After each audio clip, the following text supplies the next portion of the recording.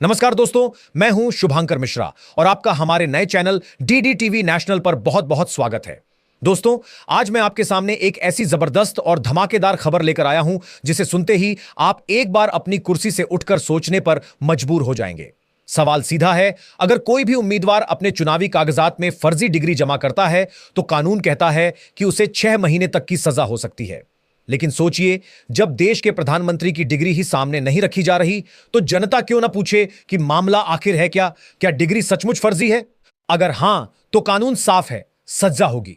और अगर सजा हुई तो प्रधानमंत्री की कुर्सी पर भी संकट खड़ा हो जाएगा। दोस्तों, यह कोई हमारा आरोप नहीं है, यह सवाल सोशल मीडिया पर गूंज रहा है।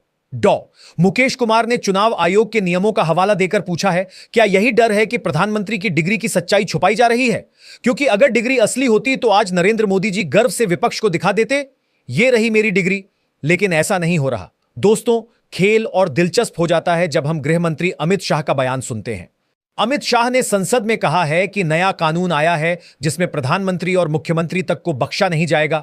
अगर कोई भी दागी पाया गया तो उसे सजा मिलेगी, चाहे वह किसी भी पार्टी का क्यों ना हो। अब बड़ा सवाल उठता है, जब कानून घर से शुरू होना चाहिए तो इस घर में इतनी चुप्पी क्यों है? यही तो राजनीति का पुराना खेल है। जनता से कहा जाता है पारदर्शिता चाहिए, जवाबदेही चाहिए, लेकिन जब सवाल खुद पर आता है तो सब बदल जाता है। प्रधानमंत्री मोदी की डिग्री का रहस्य दिन ब दिन और गहराता जा रहा है। मांग उठती है डिग्री दिखाइए, लेकिन जवाब मिलता है ये गोपनीय है, हम मजबूर नहीं हैं, या फिर यह कि महज जिज्ञासा सूचना का आधार नहीं बन सकती।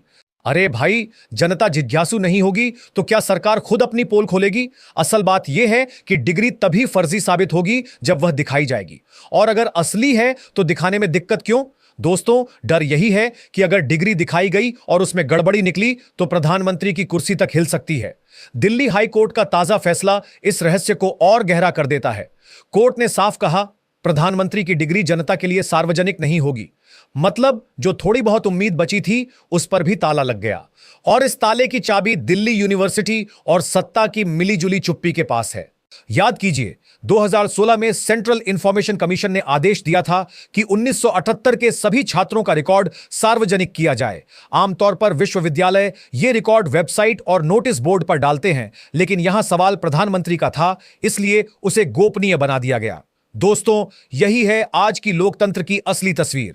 आज चुनाव आयोग कहेगा वोटर लिस्ट गोपनीय है, कल कोई और संस्था कहेगी खर्च का हिसाब गोपनीय है। लेकिन जब बात आम जनता की आती है तो सब कुछ खुला होना चाहिए। यही लोकतंत्र का सबसे बड़ा विरोधाभास है।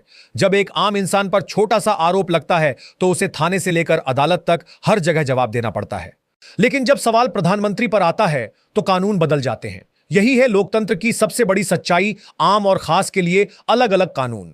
जो खुद को प्रधान सेवक कहते हैं, जो खुद को चौकीदार कहते हैं, वही सबसे ज्यादा खास बन जाते हैं। अगर चौकीदार ही हिसाब न दे तो फिर चौकीदारी किस बात की? कल ही प्रधानमंत्री कह रहे थे कि 11 साल में उन पर एक भी भ्रष्टाचार का आरोप नहीं लगा। लेकिन सवाल यह है, जब जानकारी ही सार्वजनिक नहीं होगी, जब आरटीआई से मांगे गए दस्तावेज रोक दिए जाएंगे तो आरोप लगेगा कैसे? पहले जानकारी छुपाओ, फिर गर्व से कहो हम पर कोई आरोप नहीं। यही है सत्ता की असली चाल। अब जरा इस डिग्री विवाद पर लौटते हैं। सीआईसी ने कहा था कि डिग्री से जुड़ी जानकारी सार्वजनिक की जाए, लेकिन दिल्ली यूनिवर्सिटी ने इसे अपनी इज्जत का सवाल बना लिया। ऐसा लगा जैसे डिग्री प्रधानमंत्री की नहीं बल्कि वाइस चांसलर की हो। दोस्तों, सोशल मीडिया पर लोग साफ लिख रहे हैं, अगर डिग्री फर्जी है तो प्रधानमंत्री पद पर बने रह सकते हैं या फिर 30 दिन के भीतर जेल जाना होगा। मुकेश कुमार पूछते हैं, अगर कोई उम्मीदवार अपनी वैवाहिक स्थिति तक छुपा ले तो चुनाव आयोग कार्रवाई करता है, तो फिर अगर किसी की डिग्री फर्जी हो तो वही कानून प्रधानमंत्री पर क्यों लागू ना हो? पत्रकार पंकज चतुर्वेदी भी सवाल उठाते हैं, जो degree Amit Shah press conference में दिखा सकते हैं उसे सार्वजनिक करने से डर क्यों है? क्या वह सचमुच फर्जी है? आखिर एक कागज का टुकड़ा सत्ता को इतना हिला क्यों रहा है? दोस्तों, यही सबसे बड़ा विरोधाभास है। अमित शाह खुद संसद में कानून लाते हैं कि कोई भी नेता दागी हो तो नहीं बचेगा, लेकिन जब बात प्रधानमंत्री की आती है तो सब चुप। और असली सवाल यही है, क्या इस देश में खास लोगों के लिए कानून हमेशा अलग लिखा जाएगा? क्या आम जनता पूछना बंद कर दे?